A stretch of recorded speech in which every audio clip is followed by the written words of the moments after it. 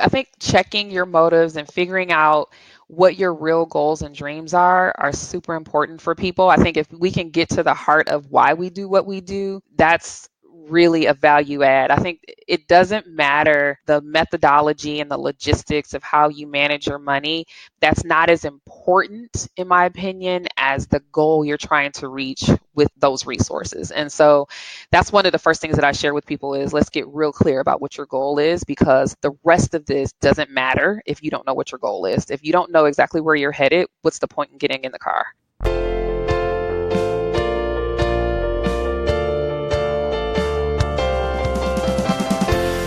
This is the Personal Finance Show.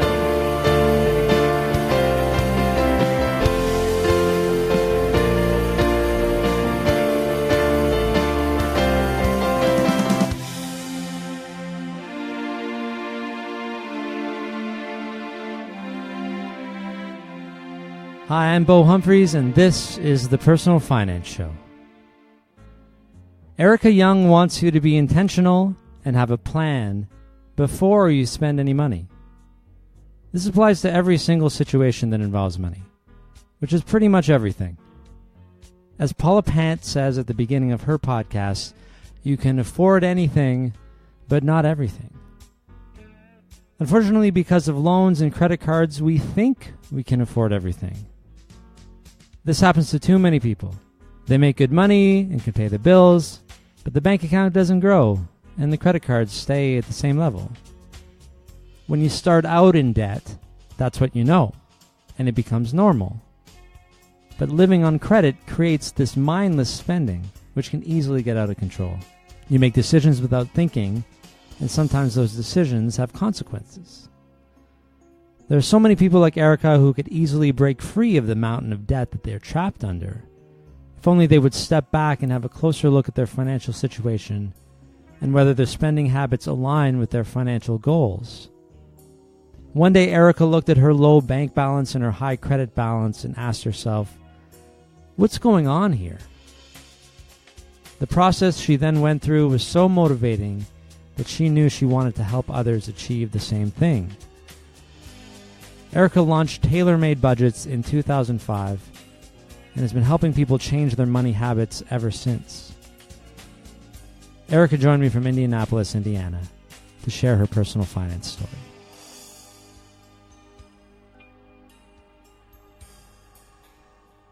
Well, some of my first early memories of money management and what that looks like were both good and bad. And so to start off my story, I really need to begin to talk about some of the things that I saw that weren't so healthy.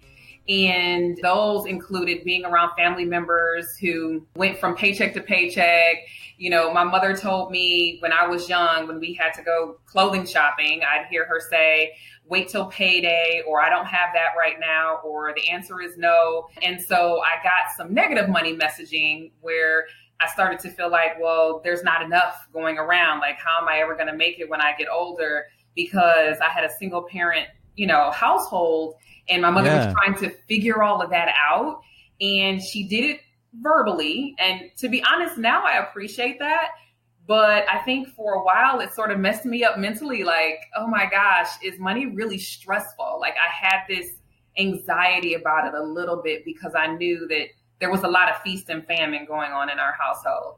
But every so often, when I was little, I had a grandfather. He was around a lot, but when the holidays came, which is every so often, my granddaddy always gave me cash. Like, he dealt with cash. So some of the positive money messages I got was, 1, that he had money to give, 2, that he used cash, and 3, like, honestly, he could be counted on. He was consistent. And he purchased a car from my mother with cash. And me being able to see that was, life-changing, because I thought, first of all, this is possible. Second of all, my grandfather must have some money, and third of all, I want to do that one day. And so that was a positive memory that I have, even though some of the upbringing, there were some messaging that had my mind sort of in a different direction. And I think it's valid for a lot of people to start to unpack some of that stuff, because not all of it is bad and not all of it is good.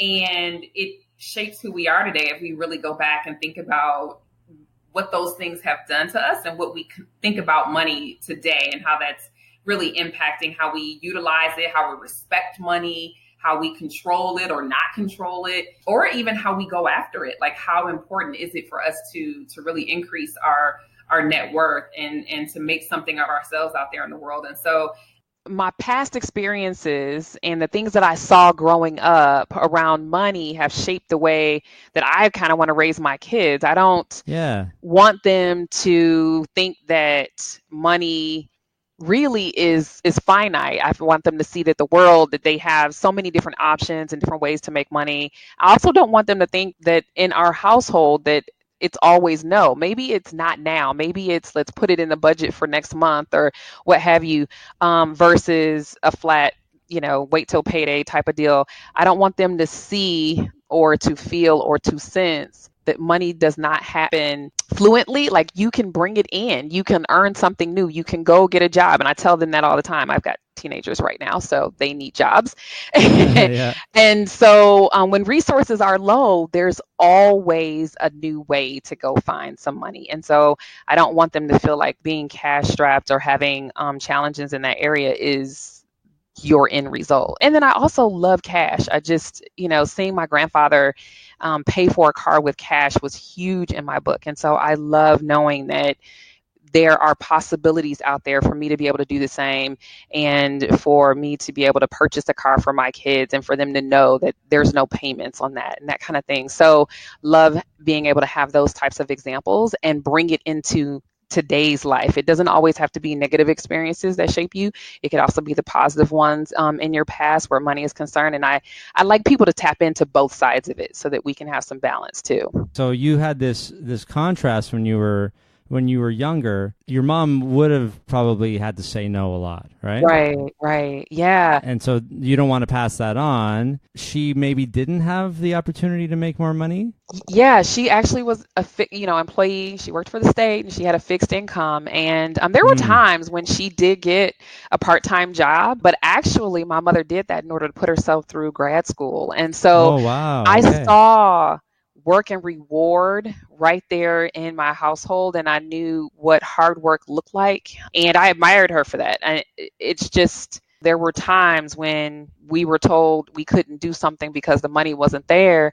And I think that that's a typical case for a lot of single parent families, single parent households. The resources aren't as great, obviously, but you still have the same type of overhead expenses. And so being able to see her, be successful in raising us, and we were still able to do some of the fun things, and we were still able to go on some road trips and things like that. I appreciated the sacrifices that she made in order for that to happen. But I also know that she would have preferred, of course, that there were more resources available to her. And when she needed them, she went to work. And those are the kinds of things that I share with my clients, my family, my kids, for sure, is that, when you need more resources, there's a good place to go, and it's to work. Yeah. What about your grandfather? Do you know the source of his money? Was he also working hard when he was younger?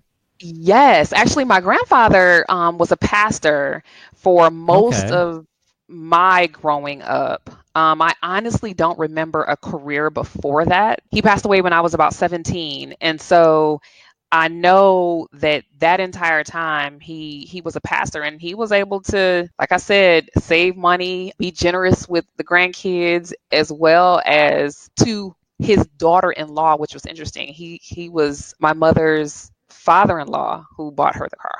And so those types of generous moments he was able to do without a whole lot of stress and strain on his finances, which I think is amazing. Like, you like the idea of being able to buy something for cash. Did you like the idea of being able to do something good for somebody else too in the future? Absolutely. I think if we deal with life with closed hands, we're missing out on so much. And a clenched fist is something that I really try to avoid. So I really want to open my hand, which means that more money can come in, but also be free to allow more money to go out as well. And so being able to give to great causes, being able to help other family members, being present, when situations arise, and I can help a missionary get where they need to go, or take a trip myself. My family has actually done that. We took a trip to Haiti to do Nice. some missionary work. And so Yeah. being in a position where you can be a part of that kind of thing is also a reason to not just make more money, but also be of service to other people and then be justly rewarded for that in terms of payment. I think all of that is a worthy cause. There's nothing inherently evil, wrong, or too capitalistic to make more money. I think as long as we have some balance about how we're using those resources and being responsible with it, in the end as well. I think checking your motives and figuring out what your real goals and dreams are super important for people. I think if we can get to the heart of why we do what we do, that's really a value add. I think it doesn't matter the methodology and the logistics of how you manage your money. That's not as important, in my opinion, as the goal you're trying to reach with those resources. And so that's one of the first things that I share with people is let's get real clear about what your goal is, because the rest of this doesn't matter if you don't know what your goal is. If you don't know exactly where you're headed, what's the point in getting in the car? It's crazy how we don't start with that, right? Everyone's just like, get that job or whatever, and then you start making money, and then what? Like we don't start people out on the right foot, which should be, what are your eventual goals with money? What are your values? What would you like to do? It's not just about, like, let's start amassing as much as we possibly can. Right, exactly. Well, and I'm in the season of life too, where part of my goal is to help my kids start off on a better foot than I did. Yeah. My story starts off with a whole bunch of student loan debt when my husband and I, connected, and I don't want my kids to have to deal with that. And so what are we doing, not just financially? So this isn't just a financial legacy, but what am I teaching them so that they make good financial choices while they're in college, in addition to teaching them how to exit college and be a responsible financial human being. And so that is where I'm headed. I have a high school sophomore now, and then I'm going to have a college sophomore as well. And that's the season of showing them what it looks like to live on your own and how you manage your money and things like that. And so when my youngest is talking about, I don't have any money, I'm like, okay, well, this is a good time to go to work. Yeah. And she's got opportunities, but she has to follow through. And I'm not going to follow through for her. She has to take those initiatives. She has to be able to feel the pinch of not having what she wants so that she can actually get up and do something about it. Those are the kind of lessons I'd rather her learn under my roof than to find out later when she's out of work or she hasn't found a job or what have you, and she's got debt to pay. So we're really working hard to not only teach them financial responsibility, but also put them in a position where when they come out of college, they don't have student loan debt just as we did. That's so great. I mean, I kind of wish everybody had a personal finance expert as parents. I know, huh? Right? It would make things a lot better. Or if we could just like, hey, can you take care of that part of my kid's life, which is what we're trying to get people to do, right? And Right. Hopefully it's becoming more of a thing to be like, okay, so you want to figure out what you want to do. I'm not really well equipped. I'm a doctor or whatever, right? Whatever it is I do every day. But, Ericka and Bo, and listen to all these podcasts and read all these blogs, Right. and then come back to me and tell me what you've figured out. I like that Right. that might be the future. And, for those who aren't as lucky as your kids, maybe that's what is going to be happening. Well, hopefully it is. The funny thing though is my kids don't think they're super lucky. Like they I think I definitely believe I'm raising an entrepreneur. So one of them will certainly go into entrepreneurship, but the other one wants to be far from numbers. Now she will respect money matters and she's doing a good job of handling her own money right now, but I don't think they're going to follow in my footsteps. They are sick of hearing about a budget.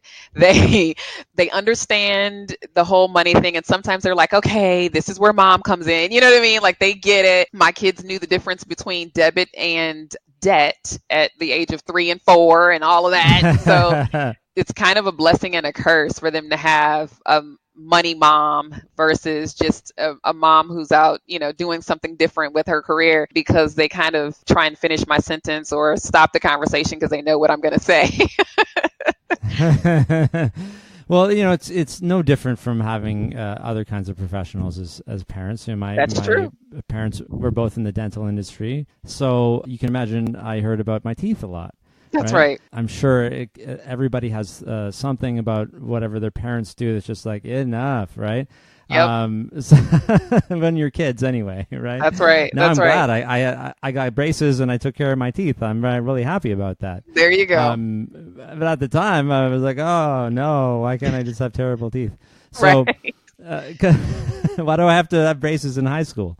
Right. So Yep, that's even true. though it was the best way, it was the best thing, right? Okay, I want to get back to definitely your student, how you got the student debt, and how you're making sure your kids are not getting into it. But we gotta go back to your learning about money. So you got these general views from watching people, and then when did you actually start making some money of your own? Did you have to start early to help out with expenses in the house, or was your mom able to take care of that? Yeah, she was able to take care of that. However, when I wanted a vehicle or needed a vehicle, that first car died pretty quickly. And I needed another car, and she couldn't help me with that financially. And Sure. thank God I had a summer internship where I was able to get a vehicle, but I had to take on those payments. Like, I don't think that was a smart thing for me to do. My mother let me do it. She allowed it to occur. But And how old were you? oh man, I was like 18, 19. And Okay, I had a yeah. car payment. Just finishing high school then? I was 1 or 2 years removed from high school. Okay. And it was a summer internship that I had. And I did have a job, in college. I was a resident advisor, and then I was a resident director. And so by the time I was a senior or in my last year of college, I did have, money coming in where I can take care of things. But still, that's a big thing to have a car payment while going through college. And I'm certain I had that car payment for a good 3 years. And it was all student loans for your school? Yeah, it was from a lot the of beginning? student loans. It was a lot of student loans. By the time when my husband and I added it up between the two of us, when we finally got married right after college, it was very shortly after I graduated college, we got married, and we added up our student loan debt, and it was approaching $45,000 together. Plus, we had 2 car notes, my car note, his car note, and between us, 7 credit cards. Just stepping back just for a sec, Yeah. was there ever any thought of saving for school, any talk about that in high school, or were you able to make like any money in high school working, any of that stuff? Sure, yeah. So I did have summer jobs. I didn't typically work during high school while I was in classes. I had other things I was doing. I was a cheerleader and chasing boys and all of that. Being a teenager, yeah. Exactly.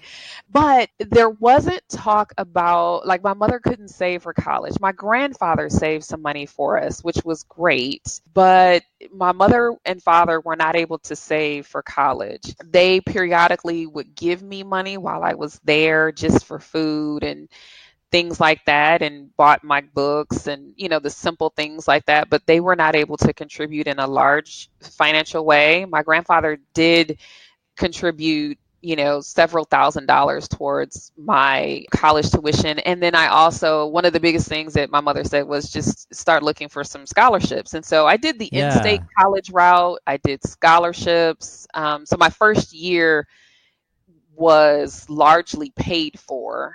And then after that is when I really had to, one, maintain some of those scholarships that I had, and then two, find other ways, which was a lot of student loan debt, to make the rest of it work. And so I was a 5-year college student.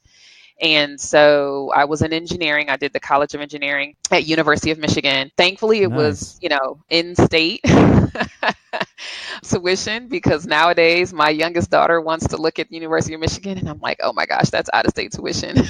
That's crazy. But yeah, some of that onus was on me to go look for some scholarships and do some programs that would help cover some of my expenses and some work study. So I worked all through college in some type of way. So I may not have done that in high school, but I definitely did that in college, and was able to reduce my expenses a little bit. But when I got that car, that was problematic. Like, I made the payment, I never had any issues with that, but it forced me to grow up and be responsible. So I had to work, and sometimes that's good and sometimes it isn't. I mean, it definitely can affect your grades. It can affect your ability to do some things, and so I was real serious about making certain that I had internships and some form of income coming in. I think it's a catch-22. I think it also depends on the child, on the student, because I'm almost certain my grades would have been better if I didn't have to work. But I also find that if you don't have any real life work experience, it can be a little devastating when you have to work a 40-hour work week once you come out of school and you're not really certain how this works. I mean, it can be challenging for a lot of people to make that transition. So I didn't have a real problem with that, but I also didn't have a 4.0 GPA. Well, yeah, I mean, how can we balance all this? I mean, you're absolutely right, and I was talking about this with Robert Farrington as well. Yeah, the college guy. Yeah, he talks about this all the time. Is that, yeah, like if you don't have any experience in high school or university working, sorry, I say university, I'm Canadian. Sure. Yep. Then you're going to be in for a bit of a rude awakening when it comes to figuring out how to work. It's just a completely different thing, right? They don't really teach us how to do that. You have to experience like a 9 to 5 to know what it's like and do it consistently, and not just like, on a Saturday every so often. So, yeah, the reason I wanted to step back for that was because I wanted to just understand that you knew you would have to rely on student loans. There was really, and scholarships. There was no real other option for you. Absolutely. I knew that, and honestly, I was okay with it. I mean, okay, that was there normal. wasn't talk of anything different. That was the thing. So the truth of the matter is that I wasn't blindsided. I think where sometimes parents tend to go wrong is they make their kids think, oh, we're going to take care of everything. And then when they see the cost of college, or when they understand, because the cost of college is astronomical. I mean, it's very different from even when I went to school. They have this whole idea that I'm going to be able to make it happen, or they let their kids believe that even if they don't believe it. And then the kids start signing for student loans because that's just what they think they're supposed to do. Yeah. And it gets really outrageous. Nowadays, I'm seeing people, it is very common for my clients or people to come in who are needing some help with their finances to have $100,000 in student loan debt. It's unbelievable. It is. And they're not even making $100,000. No, nowhere close. For maybe it could be a decade before you even, depending on your industry, you may never make $100,000. That's right. So like, how can you have? I always like to think that you should never. Well, you should never have a lot of debt, of course, if you can avoid it. But like, it's almost unmanageable if your debt is more than you could even make gross in a year. That's right. It is. It's devastating. And to be clear, most people come out of school nowadays with, you can easily say $30,000-$35,000 in student loan debt, and that's just undergrad. We're not even talking about grad school. And then depending on your, like you said, your industry, what are you actually going to, where are you going to go where you can make enough to be able to be real successful in paying that off aggressively, especially if they haven't set up the other foundations. Like, you need a car, you need a place to live, you got to put clothes on to, for said job, establish yourself. I mean, the interesting part of the story that I typically don't hear from parents is how they help their kids set up their life. Because that's costly to furnish an apartment, or hopefully, if they're moving across this, moving across the country or going somewhere different, how do they help them with that? Typically, that's not something that's discussed. They're like, oh, you're done with college. Like, I finished helping you get there and I'm done. Here, I'm done. You're on your own now. Yeah. And we don't have skills for that. Right. That whole transition can be challenging, and it was for me. Definitely. Like, yeah, we were married, but my husband didn't have a job for a couple months. I didn't get paid for a good month when I started my job. And your student loans, so you both have had about 20 something then in student Plus. debt, is that right? Yes, yes. Yep. That must have ballooned then while you were waiting to pay it off? Actually, so no, we had the flat 10-year plan to Okay. be able to pay it off. We had some private loans. There was less than $5,000 in private loans. And then we consolidated our student loans together, which sometimes is good and sometimes isn't good for people. For us, it worked out where we consolidated our loans until we had about $42,000 in student loans consolidated, and we had one payment for 10 years. And so it was supposed to be $451.21 every month for 10 years. Okay, wow. I have it down to the penny. I will not forget that number. Your life is planned out for, it's like getting a mortgage, I guess. It is. I mean, and that's more than a lot of car notes right now. Yeah, yeah, exactly. And that was tough. I mean, it was the thing that was hard to pay when my husband lost his job, or when I was out on maternity leave. It was like, oh, this stupid student loan. you So know, it was always there. It's just, did you always make it a priority to pay that? Yeah, we had to. When my husband lost his job, he was out of work for a good 2 months. And during that season, if I'm not mistaken, we were about a year away from being able to pay off all of our student loan debt. So we weren't being aggressive at that point, of course, paying down on it, but we just paid the minimum and tried to keep it moving. Of course, if it had gone too much longer, I think we would have had to defer it. You slow down a little bit on some stuff when life hits you a curveball, but Oh, yeah. and for some, doing a deferment or a forbearance is totally reasonable. We didn't get to that point because he wasn't out of work for that long. But you get to those places where you're like, can I afford to pay this bill? That's the question of the day. So the student loan didn't grow. A lot of people, like you said, with the forbearance or the deferment, some people's loans will double, which is Right. ridiculous to me. But that's another story. Right. Yeah. But you were amassing other debt as well. Most of the debt that we amassed was in car debt. So when I paid off that first Okay, car I yeah. just talked about, we got another one, Yeah. of course, right? Okay. We had, a little one early on in our marriage. We were a year and a half into our marriage and we had a baby. And then 4 years later, we had another one. And so with each child, we were like, oh, we need a car. We need something safe, reliable. And that's the whole thing that we always say is, we need a safe, reliable car for this baby. And I'm like, a safe, reliable car does not have to be $20,000, Yeah.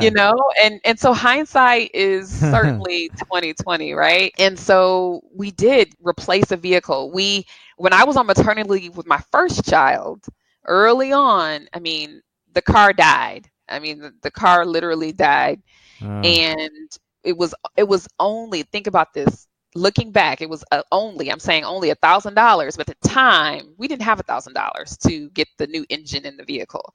So Oh, okay. we went for 2 months without that vehicle and carpooled and did what we needed to do. It was hard, but we did it. And what do people do when they don't have money to resurrect a vehicle? They go get a car note. And that's exactly what we did. We were like, okay, well, we can't do this much longer. I got to get back to work. We got a car note. Yeah. And so you mentioned, did you say 7 credit cards? Yeah, we had 7 credit cards. Like, what are you doing with all this credit, and at what point did all of it come in? Oh, most of that credit was accumulated in college, believe it or not. So we were those. Oh, okay. We were the suckers who got the T-shirt and got the free pizza on college campus Of and course.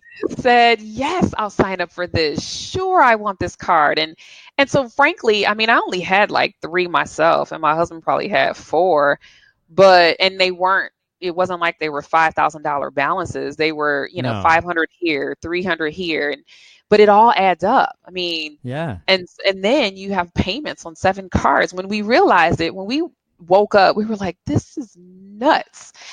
It just made no sense.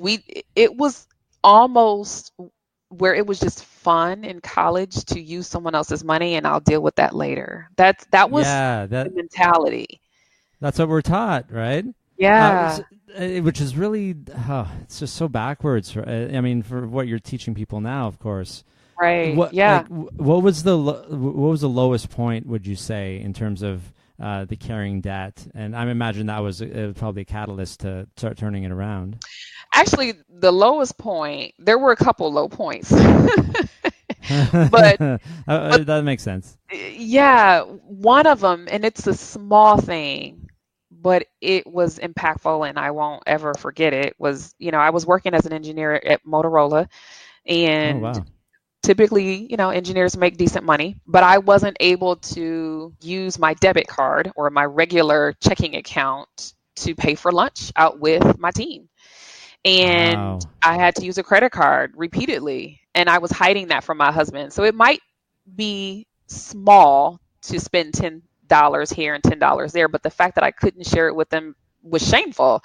And the fact that I didn't feel comfortable saying no to my coworkers because I couldn't afford necessarily to go out with them. So I just hid it all by saying, forget it, I can do this. And I put it on a credit card. My husband is the one who took the credit card away from me when we had a heart to heart about that. He's like, why is this balance not going down? And I can laugh today, but I felt like the dog with the tail between their legs, like, oh my gosh, I can't believe this is happening. Over $10 here, $10. I didn't think it was a huge deal. What was the actual reason for all of the debt? Was it just not paying attention? It was. Okay. But it was also, when you think about how money flows in and out, it was a real cash flow issue. Okay. So it seems easy enough to pay a bill at that time, to write a check or to make a call or to send in payment online or whatever. That part's easy. The hard part is to add it up and see how much have I spent, like what are all of my expenses and all of that. And so if you think Yeah. about it, we had this student loan debt, we had 2 card notes, and we had 7 credit cards. Our total amount out per month for debt alone was over $1,000, Yeah. just on minimum payments. Minimum payments. Wow.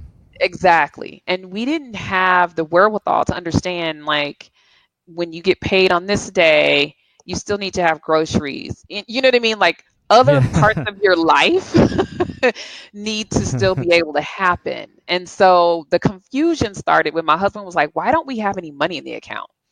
Yeah. And that was like the beginning conversations of what's really going on here. The bills are getting paid, so we didn't feel that crunch, but why don't we have any money in the account? And so we started having these conversations, and then he started looking at the credit card statements, and he started, doing some investigating, and then he was listening to Dave Ramsey on the radio, and so it just began to, I don't want to say unravel as much as blossom into an awareness of our financial situation. And we both came from single parent households, and neither one of us wanted to live feast or famine, but we saw ourselves going down that path. And so the only way for us to really get some wholeness is to be honest and then lay it all out on the table. So that's what we did. And we just said, okay, here's the moment. We've got to figure this out. And then we added up all of our expenses, and we realized that we can't blindly pay bills or live life. We have to be intentional and have a plan before we spend any money. And that in and of itself was life changing. And so that's what led to me being willing to give up the credit card and us deciding, okay, that's not a priority. And also just saying how much is reasonable for dining out with coworkers. How are we going to make this happen if it's important? And if it's not, it's okay. How are we going to handle those types of situations? Both of us carpooled several times. My husband actually took on a second job during some of that season, and he actually got his master's degree later on in that process.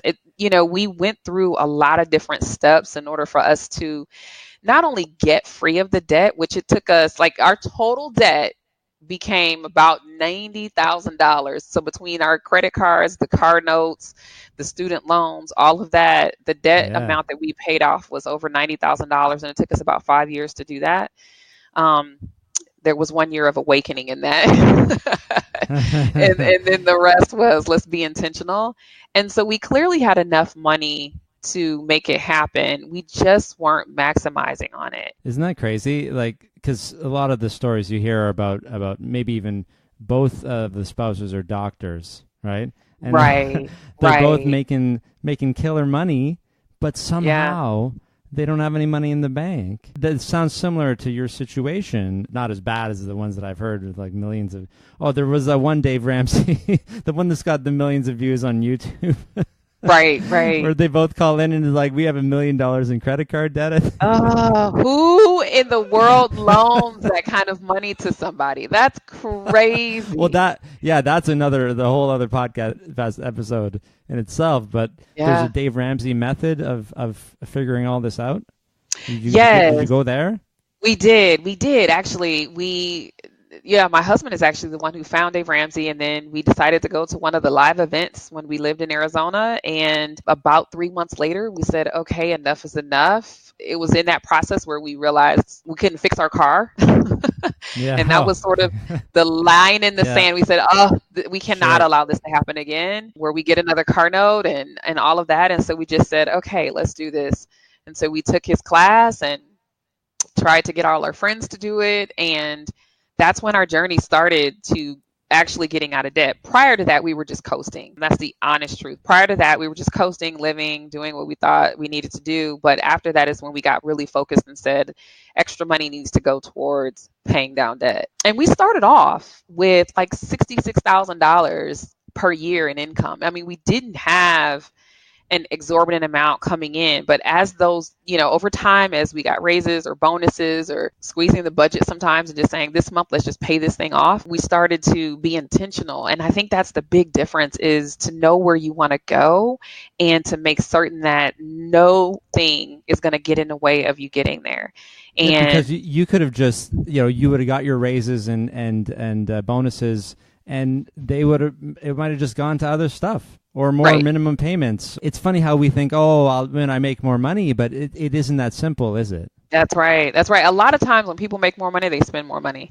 That's right. And people find it super easy to make payments. And now it's super cool. It's the end thing is just, it's not necessarily credit cards, but it's everything on payments. It's buying, a lawnmower on payments. You know what I mean? Is this trendy now? This is the trend? It's easy, right? Oh, it's easy, yeah. easy. So for years, people have been sort of rent to own their furniture and things like that, but they make it easy for you to buy a mattress, for instance, or like I said, some furniture or some equipment for your lawn or what have you, or a furnace or new windows. I mean, you can get all of this on payments and never touch a credit card and never have to refinance your house.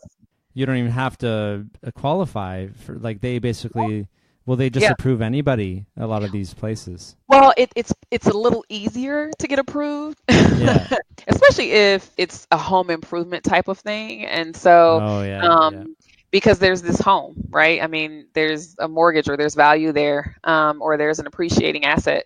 And so, it's really easy, especially if you've got great income. Sometimes just having a good income will allow you to get approved for some things. And so, because a lot of people can rent or lease a home on a great income and poor credit. They just want to know they're going to get their payments, right? That's right. So That's right. that's what a lot of them will look at. I mean, That's that's how payday loans work, right? Yep. So Yep. it's a slippery slope, though, right? When It you is. get in. I mean, you had all of these payments. What if both of you? What if you lost your income at that point? Have you ever considered what might have happened if, like, Well, at the peak of this, you would have lost yeah. the ability to earn money? Right. Yeah. Like, that's interesting that you even say that, because at first I knew I wanted to keep working, but I knew that I didn't want to keep doing that job for Oh, 10 yeah, okay. years or for a long time. And so there was this season of change, especially when I had my second child, where I was like, ooh, I don't know that I want to be away or not at home for all of these lengths of time. So I toyed with the idea of coming home and taking like the voluntary severance from my company. But we had debt. There was that season where my husband lost his job. And thankfully, we had a little bit in savings. And by that, I do mean a little bit. We had something there, but his layoff period was short. And so we didn't necessarily have to do too much finagling in order to get through that season. We considered it. I'm glad that we didn't have major issues where he was out of work for 6 months or I was out of work for a while, because I was the breadwinner for a while. Yeah. It didn't, those tables didn't change for like 5 or 6 years. I could not step away from my job. And if I lost my job, it might have been a different story in terms of how we handled that. I think a lot of people need to also understand that they have to have money in savings in order to weather some of these storms. And you can't rely on credit cards for those emergency situations, because at some point you're going to have to pay it back and you're not certain. I meet a lot of people who use credit cards in the interim and they're a little too free with it. They use it and they haven't decided to cut back on dining out. And Yeah, isn't that funny? Like, yeah, you don't get to maintain your lifestyle if you don't have. I mean, like, okay, I'll use my personal example as an exception. I saved up a lot of money to live for these couple of years after I quit my 9-to-5 job. I worked hard and I saved half of my income basically for years so that I could do that. Yep. That's an exception. If you don't have any of those savings, then you can't maintain that lifestyle.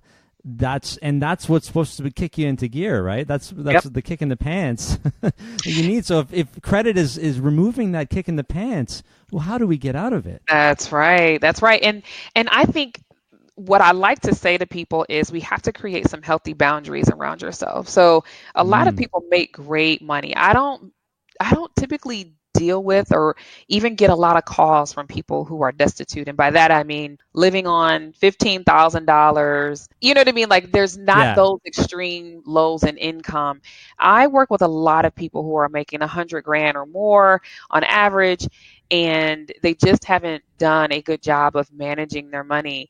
And so they need healthy boundaries. It's really not about saying no to everything, because I hate deprivation. It's really about how much and how often.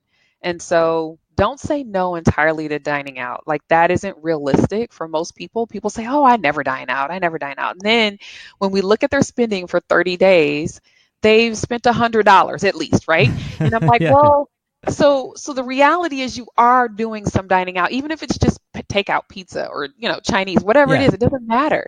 It's still money going out. And if we're not intentional about that $100, they don't even realize it's happening. So what else is not happening, right? What else are they not noticing? A lot of times people don't notice that they still have subscriptions coming out automatically on their account.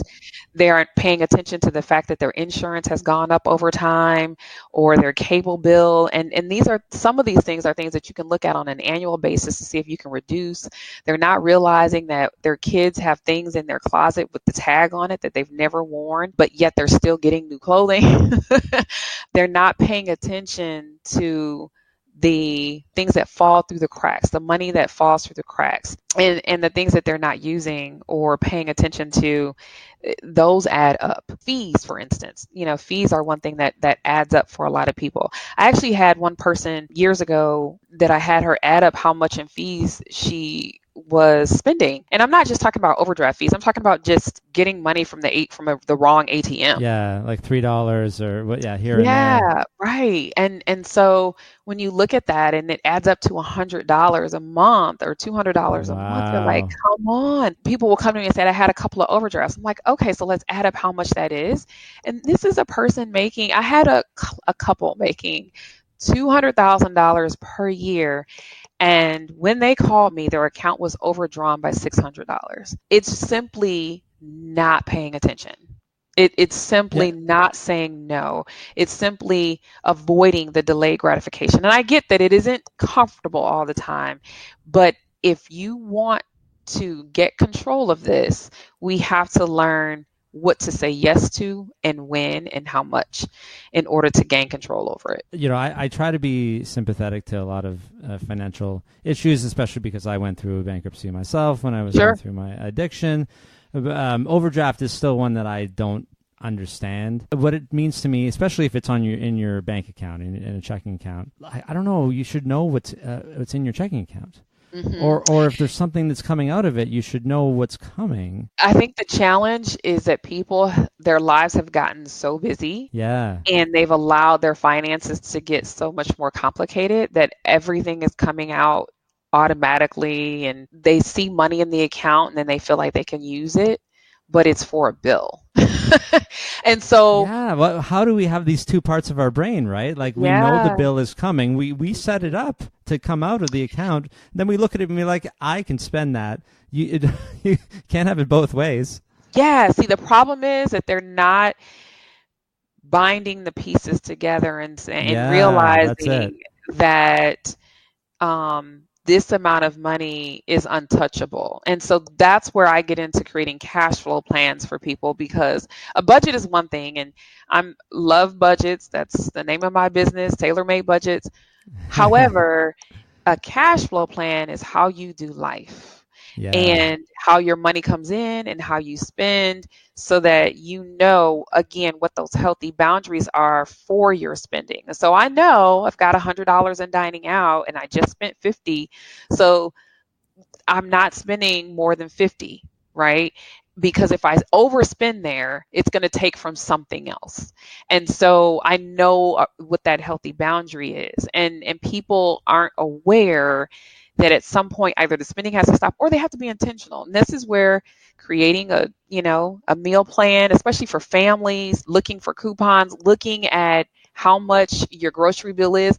Honestly, one of the things that saved not only my bank account but my waistline is is not getting so much of the cookies and the desserts and all of those extra things when I go grocery shopping or sugary drinks and things like that, those extra things that aren't quite necessary, not necessarily for nutrients. I don't buy them as much because, or I didn't buy them as much when my kids were growing up because those were easy things to eliminate and still be able to feed my family. And then when we wanted cookies, we made them. So then it becomes a project and it's this whole family moment, right? Versus it being, sure, I'm going to spend $5 on these cookies and blah, blah, blah. It really became when we wanted or needed it. And then it was a little bit more special too. And it tastes better. It If you does. make it yourself. I learned how to bake pies when I was in university because I really like pie, right? Mhm. You know, Yep. if you find a good pie now, it could cost you $20. It could Yes. cost, right, for a decent, like one that That's would right. taste like the one I make at home. So That's I save myself like thousands of dollars. That's right. in pie. And, you know, it seems so simple, but you can apply this to so many things. And it's also about slowing down. What I tell people a lot is just slow down enough Yeah, just slow to down. to think because I think we're so much on autopilot Oh, and yeah. especially the busy families with little kids and going or even high school kids and they've got all these activities and all this.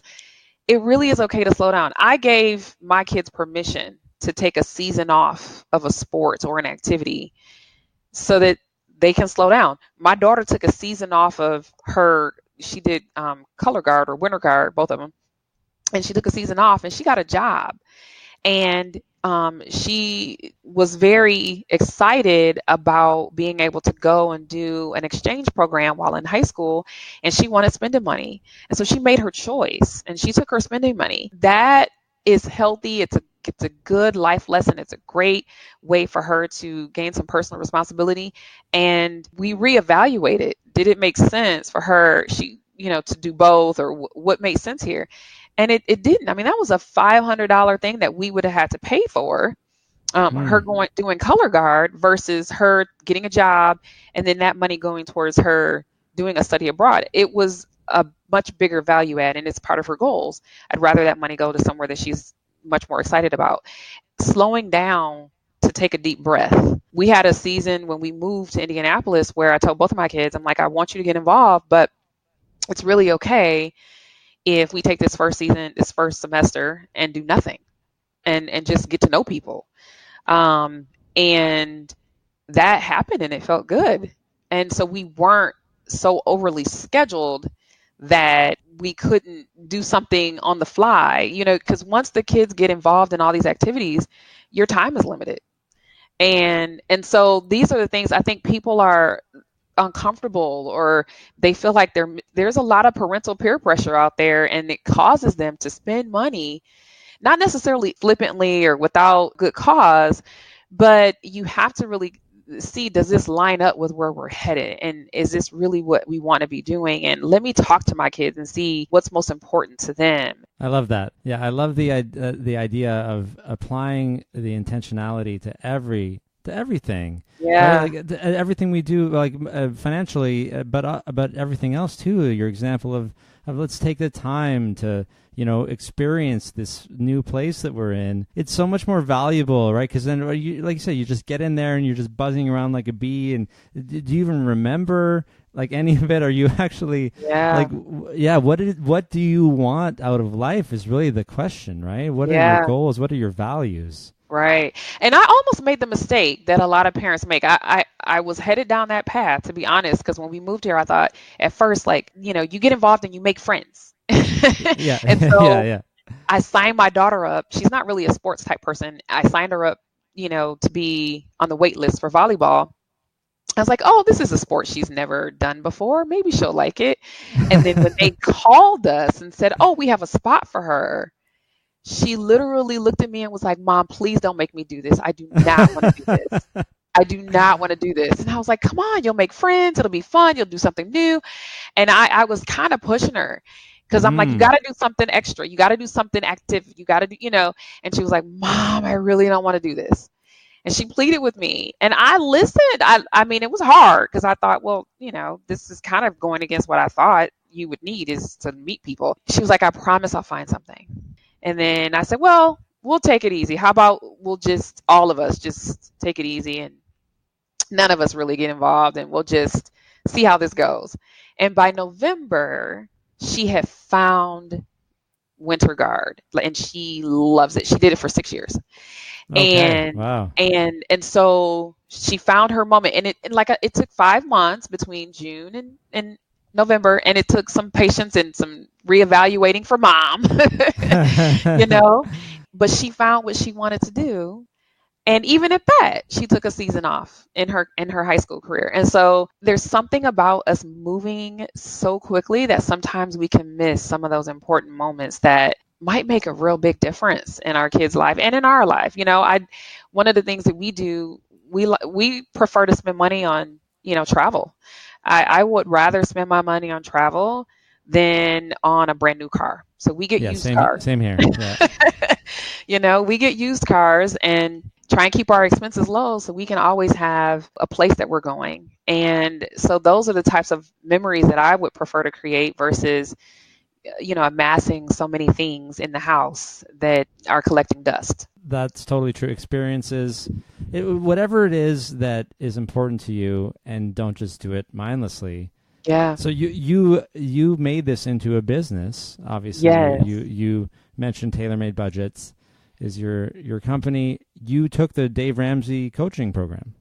I did, yes. So when we got out of debt, I started toying with the idea of helping other people do the same thing, and what does that look like? How can I get that done? I didn't actually know that he had a program. I just started looking around in different places, and I was considering all these programs. And then as I was doing my research, I realized, oh my gosh, he has a program.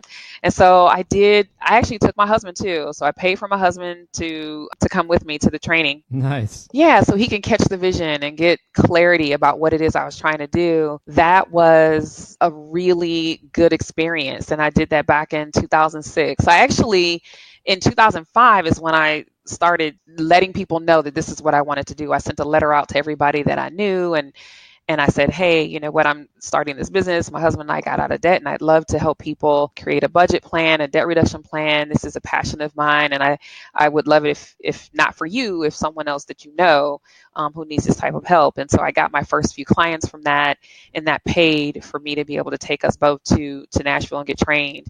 And I've actually been one of Dave Ramsey's local coaches for the last 14 years since then. Yeah. So it's been, even in transitioning from Phoenix to Indiana, it has been one of the stable parts of the business for sure. Yeah. So so you're speaking, and yeah, you're coaching people, speaking. What are the other things that you're doing as part of your business? Yeah, so I do workshops. A couple of my workshops are budget. It's not a dirty word. And so I help people create a budget and a spending plan that actually works. And I have another workshop that I do, Get Out of Debt for Life. And so obviously it's on the steps to get out of debt and stay out of debt.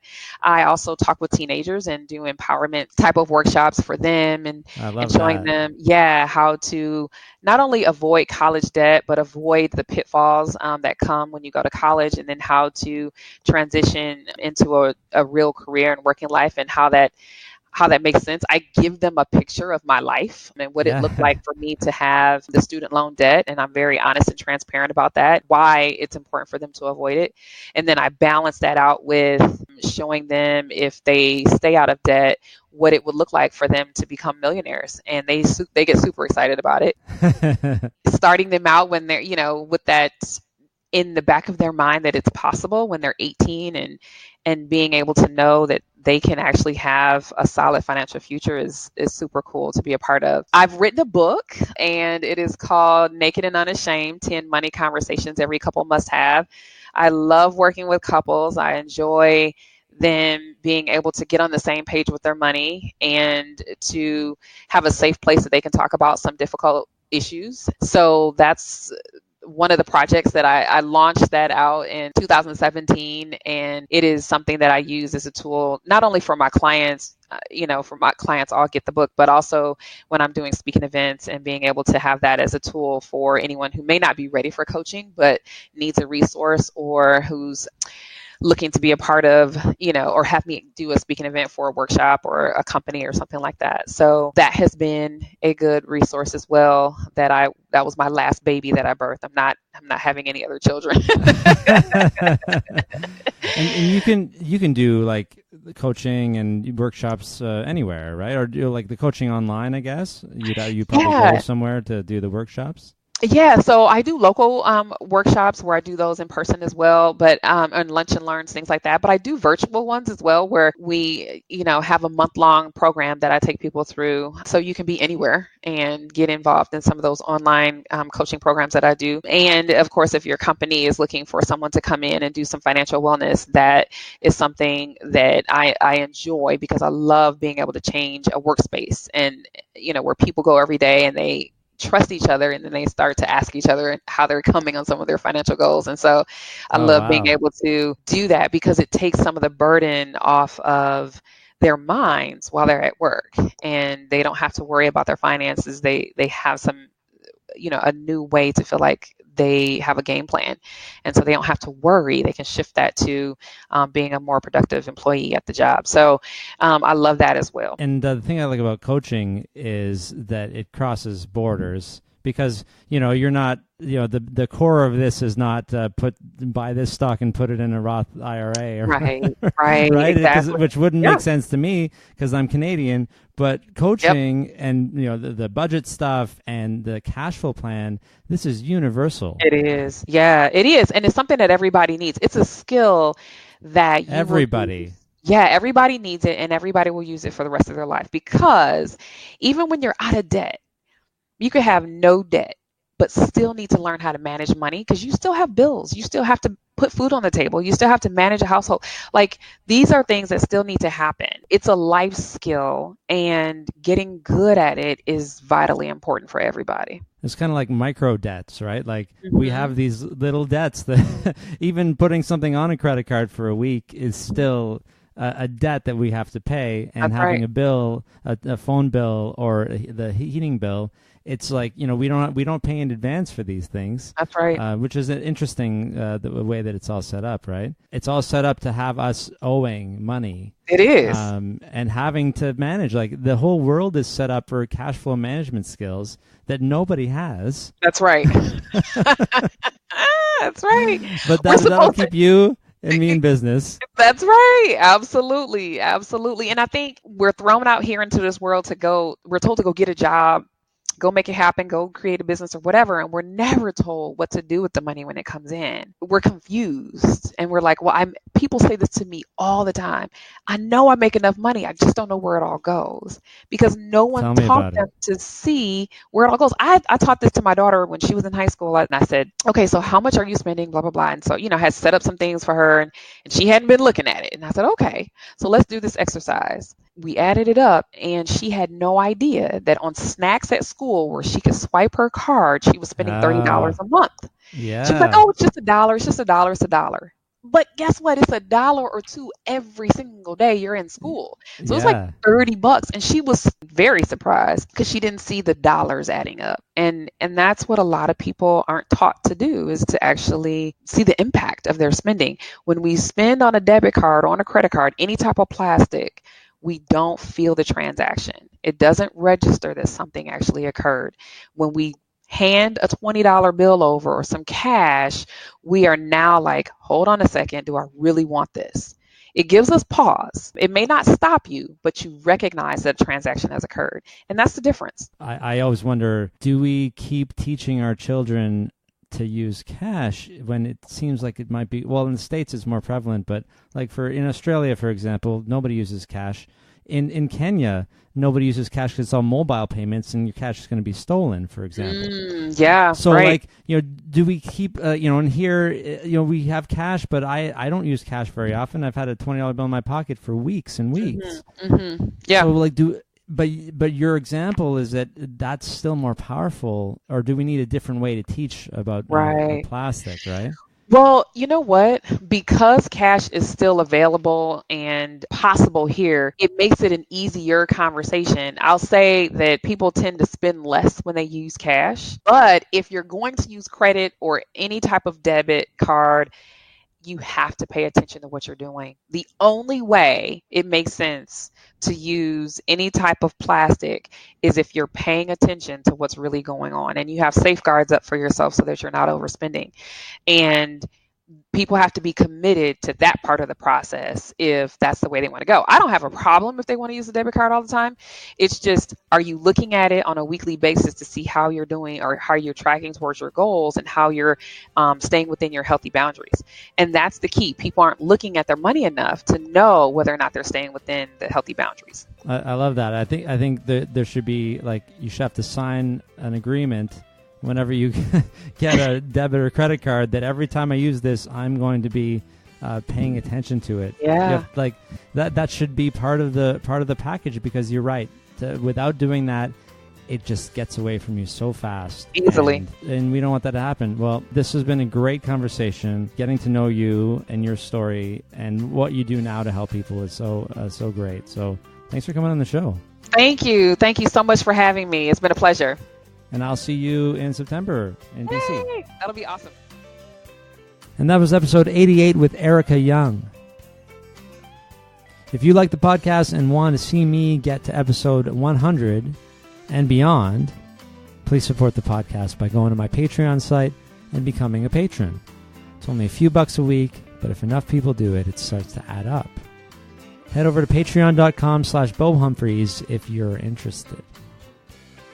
I am now offering free 15-minute personal finance consultations online.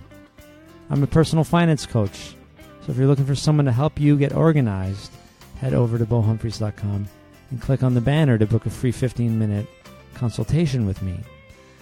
We'll chat about your situation.